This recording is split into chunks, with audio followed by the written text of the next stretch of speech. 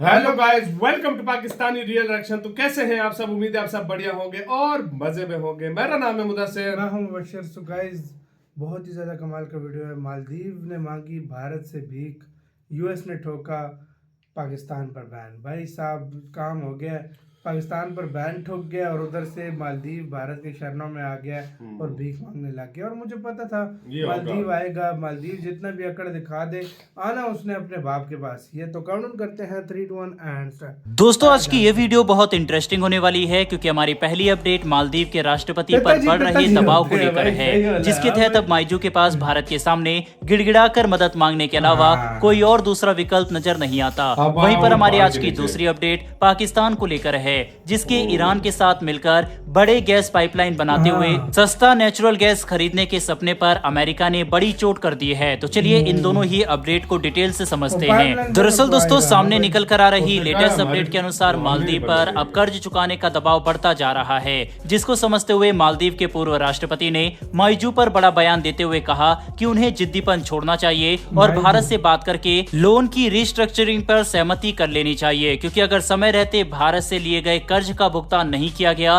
तो मालदीव की अर्थव्यवस्था पर और भी ज्यादा दबाव पड़ेगा, जिससे मालदीव की अर्थव्यवस्था पूरी तरह से बर्बाद हो सकती है। दरअसल माइजू के लिए सबसे बड़ी परेशानी यह है कि उन्होंने सत्ता संभालते ही भारत के विरोध में कदम उठाया। उन्होंने भारत के साथ अपने संबंध बर्बाद करते हुए चीन और तुर्की जैसे देशों को प्रायोरिटी दी। यहाँ तक कि मालदीव के राष्ट्रपति भारत को विजिट करने भी नहीं आए, जो इस बात को दर्शाता है कि वह भारत के साथ अपने संबंध रखने में बिल्कुल भी इंटरेस्टेड नहीं है। लेकिन जैसे ही उनकी टेबल पर भारत से लिए गए कर्ज की फाइल पहुंची, माइजू के होश उड़ गए। लेटेस्ट आंकड़ों की माने तो मालदीव पर भारत के $400 मिलियन से ज्यादा के कर्ज मौजूद है। अगर इन आंकड़े को थोड़ा और डिटेल से समझे तो भारत से लिए गए कर्ज के मामले में मालदीव को अगले 25 सालों में 8 बिलियन मालदीव रुपए का भुगतान करना है, जबकि चीन के लिए गए कर्ज भारत के मुकाबले कहीं ज्यादा है। मालदीव के ऊपर फिलहाल 18 बिलियन मालदीव रुपए के कर्ज मौजूद है, जो उन्होंने चीन से लिया है। ऐसे में आप समझ सकते हैं कि मालदीव जैसे छोटे देश के लिए इतने बिलियन का कर्ज चुकाना कितनी बड़ी परेशानी है। और ये बात भी सच है कि मालदीव की अर्थव्यवस्था भारत से नहीं बल्कि चीन से लिए गए कर्ज से परेशान है। मालदीव के पूर्व राष्ट्रपति भी अपने देश को यही समझा रहे हैं कि अगर मोहम्मद माइजू ने भारत के साथ बातचीत करके लोन की रिस्ट्रक्चरिंग पर सहमति कर ली तो इससे मालदीव की अर्थव्यवस्था पर दबाव काफी कम हो जाएगा, वरना जितना पैसा मालदीव की सरकार के पास इस वक्त बकाया है उसे चुकाने में सरकारी कुर्सियां तक बिक जाएगी। और ये बात खुद मोहम्मद माइजू भी समझते हैं, लेकिन वह अपनी अकड़ और चीनी पैसों से दबे होने की वजह से भारत से बात नहीं कर सकते। हाल ही में माइजू ने बस एक बयान दिया था जिसके तहत वे भारत से कर्ज चुकाने में थोड़ी राहत मांग रहे थे, लेकिन उसके बाद दोनों देशों के बीच में कोई बड़ी बातचीत नहीं हुई। और ये बात भी सच है कि अगर भारत अब मालदीव की मदद करने के लिए आगे बढ़ता भी है तो भी हमें इससे कोई खास फायदा नहीं मिलने वाला, खास करके एक ऐसे देश की मदद जिसको हमने $4 बिलियन से ज्यादा की रकम सिर्फ सहायता करने के लिए दे दी। और उस देश के राष्ट्रपति ने चीन की गोद में बैठकर भारतीय सैनिकों को जबरदस्ती अपने देश से निकालने पर मजबूर किया। साथ ही भारत के साथ पिछले दशकों में किए गए लगभग हर एग्रीमेंट को रिव्यू में डाल दिया। ऐसे में ये बात तो साफ है कि अगर भारत मालदीव की मदद करना भी चाहे तो पहले हमें अपने इंटरेस्ट को ध्यान में रखते हुए इस बात को सुनिश्चित करना होगा कि मालदीव चीन की कॉलोनी ना बन जाए और हिंद महासागर में चीन मालदीव का इस्तेमाल वैसे ना कर सके जैसे वे पाकिस्तान का करता है। ऐसा करने के लिए हम मालदीव की सरकार के साथ नए एग्रीमेंट कर सकते हैं ताकि हमारी सेना मालदीव में तैनात रह सके और कई मामलों में हमें पूरी तरह से ऑटोनॉमी भी दी जाए। बहरहाल बढ़ते हमारी दूसरी अपडेट की तरफ। ये अपडेट ईरान और पाकिस्तान के बीच बनने वाली गैस पाइपलाइन को लेकर है, जो वैसे तो आज से 10 को पहले पूरी हो जानी चाहिए थी, लेकिन अमेरिकी प्रतिबंधों की वजह से अभी तक इसमें कोई बड़ी डेवलपमेंट नहीं हो सकी, जिसको लेकर ईरान की तरफ से बयान दिया गया कि अमेरिकी प्रतिबंधों की वजह से ये परियोजना आगे नहीं बढ़ पा रही, जो काफी बड़े नुकसान का कारण बन सकती है। इसके ठीक बाद अमेरिका की तरफ से भी इस मामले में एंट्री की गई और एक उच्च अमेरिकी अधिकारी की तरफ से बयान दिया गया कि फिलहाल उन्हें इस बात की कोई भी जानकारी नहीं है कि इस इतने बड़े Iran Pakistan gas pipeline project के लिए फंडिंग कहां से आएगी, क्योंकि अमेरिका अभी इस पर किसी भी तरीके की छूट देने के बारे में विचार नहीं कर रहा।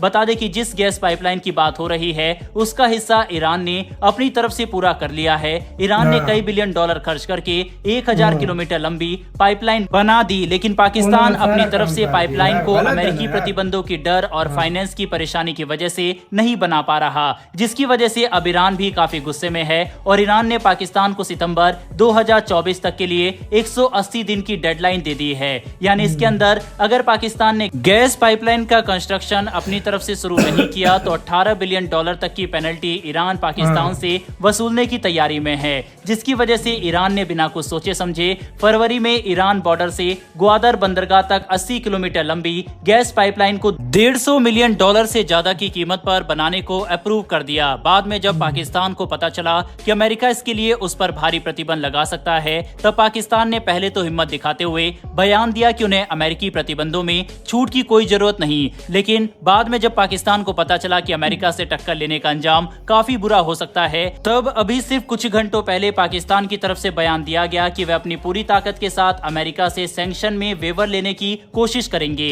जिससे आप समझ सकते हैं कि ये मल्टी बिलियन डॉलर पाइपलाइन की डील किस तरह से एक से दूसरी तरफ डोल रही है, लेकिन ग्राउंड लेवल पर कोई बड़ा डेवलपमेंट नहीं हो पा रहा। बहरहाल दोस्तों, इस वीडियो में इतना ही, दोनों ही खबरों के ऊपर इसी के साथ यार वीडियो खत्म। भाई बहुत बड़ा फायदा है इससे। देखो यार, मैं एक बात बताता हूँ, इस अमेरिका चीज को हो यार गए अजीब बंदा है। 13-14 को लोग अभी प्रोजेक्ट से शुरू है सैंक्शन, भाई इसके बत्ती बना के बंदा दे। भाई तुम सेक्शन को क्या करना है? इधर लोग भूखे मार रहे हैं, तुम्हें कोई कहीं से राहत मिले उसमें तुम तो खुद तरक्की करके बैठे हुए हो। और यार बात हमारी है, हम क्यों नहीं कर यार रहे वही ना, सैंक्शन का डर है ना भाई। सैंक्शन तो अमेरिका क्यों डर डालता है?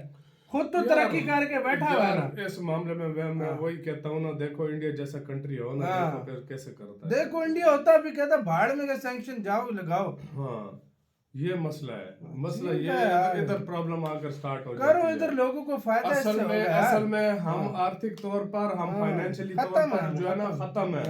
हम नहीं अफोर्ड कर सकते, सीधी सी बात है, सीधी सी जो बात है, हम नहीं कर सकते। हम नहीं खफा कर सकते अमेरिका को भी कि भाई साहब उधर से कोई फंडिंग आ जाती है। हम आर्थिक तौर पर इतने कमजोर हुए हैं कि हम नहीं अफोर्ड कर सकते, अपने फैसले नहीं ले सकते। सीधी सी बात है, हम अफोर्ड वो क्या कहते हैं, सेंक्शन ऊपर से सेंक्शन अब हमारे ऊपर लग जाए, हम नहीं कर सकते। नहीं, बिल्कुल हम बिल्कुल नहीं कर सकते। पैसा होता तो फिर भी बंदा समझ आती है कि तो जिस तरह। और फिर दूसरी खबर ये कि मालदीव जो है ना फिर आया इंडिया के पास, वही सिस्टम है ना। का तो वही सीन है कि भाई वो वही बात है कि ना इधर के रहे ना उधर के रहे, बीच बंधार में फंस गए। अब मिसालें उस पे बहुत सारी बैठती है, लेकिन वो बोलने नहीं जाते, वो बोलने की मिसालें नहीं है। सही बात है, मालदीव ने तो भाई धुन में आके अपने आप को बर्बाद कर दिया।